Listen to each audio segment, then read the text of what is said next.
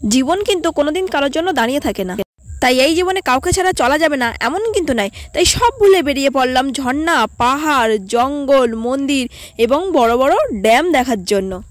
আরে হ্যাঁ, কোথায় যাচ্ছি এক্ষুনি তোমাদেরকে জানাবো যে আমরা কোথায় যাচ্ছি। আসলে আমি একা বেরিয়ে পড়িনি, তো আমরা বেরিয়ে পড়েছি অনেকজন মানে অনেকজন 7-8 জন মিলেই আমরা বেরিয়ে পড়েছি। দেখো আমরা হাওড়া স্টেশন থেকে ট্রেনে উঠে যাচ্ছি, আর এখান থেকেই আমাদের জার্নিটা আজকে শুরু হবে। আসলে আমরা কোথায় যাচ্ছি বলো তো? আমরা যাচ্ছি উড়িষ্যায় পাহাড় দেখতে। মানে আমাদের প্ল্যান ছিল দার্জিলিংয়ে যাওয়ার, তো সেখান থেকে না যেতে পেরে আমরা চলে গেছিলাম উড়িষ্যায় পাহাড়, ঝর্ণা, লেক সব কিছু দেখার জন্য। তো দেখো আস্তে আস্তে আমরা রুমে ঢুকে পড়েছি। এটাই হচ্ছে আমাদের রুম, আর এই পুরো রুমটা তোমাদেরকে ঘুরে দেখাবো যে আমরা কীরকম রুম পেয়েছি, কত বাজেটের মধ্যে। মানে আমরা 1000 টাকার মধ্যে এত সুন্দর বাজেটে পেয়েছি। আরও যদি আমরা অফ সিজনে যেতাম এর থেকে আরও কম দামে আমরা এই রুমটা পেয়ে যেতাম। মানে 700 কি 500 টাকার মধ্যে আমরা এই রুমটা পেয়ে যেতাম।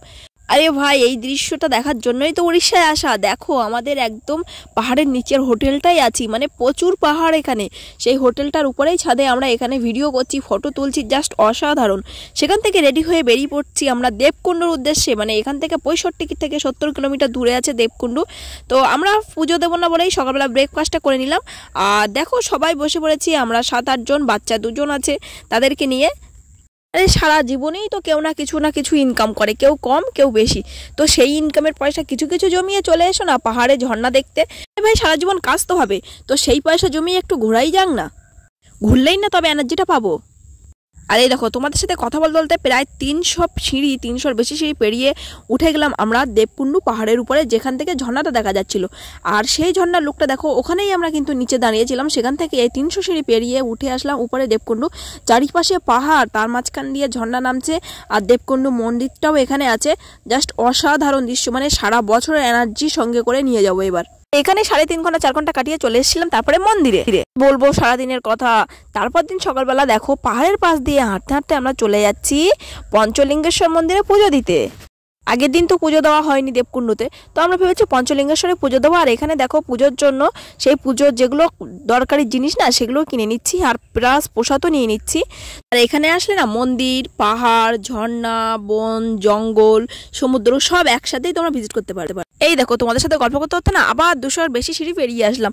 200-র বেশি সিঁড়ি পেরিয়ে আমরা চলে আসলাম পঞ্চলিঙ্গেশ্বর মন্দির। আর দেখো 2.5 ঘন্টার মতো লাইনে দাঁড়িয়ে আমরা খুবই ক্লান্ত হয়ে গেছি।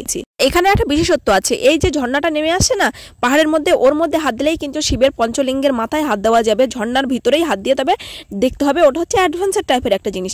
তারপরে সেখান থেকে চলে এসেছি সোজা আমরা বনে। তো সেখানে আস্তে আস্তে আমরা সব খুবই অসুস্থ হয়ে পড়েছিলাম, যার জন্য ফুল ভিডিওটা করতে পারিনি। তো এই দেখো কি বড় বড় থালায় ভাত দিচ্ছে ভাই, খেয়ে না মাথা ঘুরবে। আরে ফুল বড় বড় ব্লগ আছে আমার ভিডিও, এটা একটু শর্ট করে তোমাদেরকে দেখানোর চেষ্টা করলাম যে আমরা কোন কোনগুলো ভিজিট করেছি। এটা হলো বিশ্বেশ্বর পাহাড়, তার আগে যে বনটা গিয়েছিলাম ওটা হচ্ছে কুলটিয়া ফরেস্টে। তো তোমরা এখানে গেলে অবশ্যই সব জায়গায় ভিজিট করতে পারো। আর এই পাহাড়ের উপরে ওঠে না সুন্দর মুহূর্ত, জাস্ট অসাধারণ মুহূর্ত মিস করছি এখনো পর্যন্ত মনের মধ্যে আছে, কারণ ভিডিওটা আমি অনেক পরে এডিট করছি। দেখো অসাধারণ দৃশ্য, আর সূর্যাস্তের সময় আমরা গিয়েছি, যার জন্য জাস্ট অসাধারণ ভিউ। আর এই যে ক্লান্ত পাবলিক, আমরা সবাই ক্লান্ত হয়ে পড়ে। তো সবাই ভালো থেকো, সুস্থ থেকো, বাই বাই।